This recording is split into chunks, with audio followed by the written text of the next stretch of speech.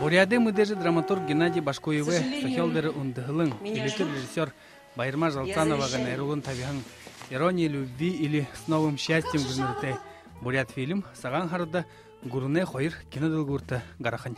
Қансы манай театр выше хожуты емне мыдежи дошыт Чингис Раднаев, Былигма Ренчейнова, Нонна Зорикта Тагачаевтың түрі кино сорылсаң, донен клип. Түрі киноны телевизоры уже мұны компакт дискідері презентациян қарат болғын. Феврален ғұрғынды презентациян болғын. Олаң ұзды ажыңудық қойыр залу құнуды шыны жылы әжілін жеркі ұдышы ұзығын оршықты евдылынуды әні фильм зорғылын қарауына. Үні кино отқын күкіде мұны залу шол, залу құвуын енік дороя бұдержевығын ұшыр тұқайлды. Батима драма шывышы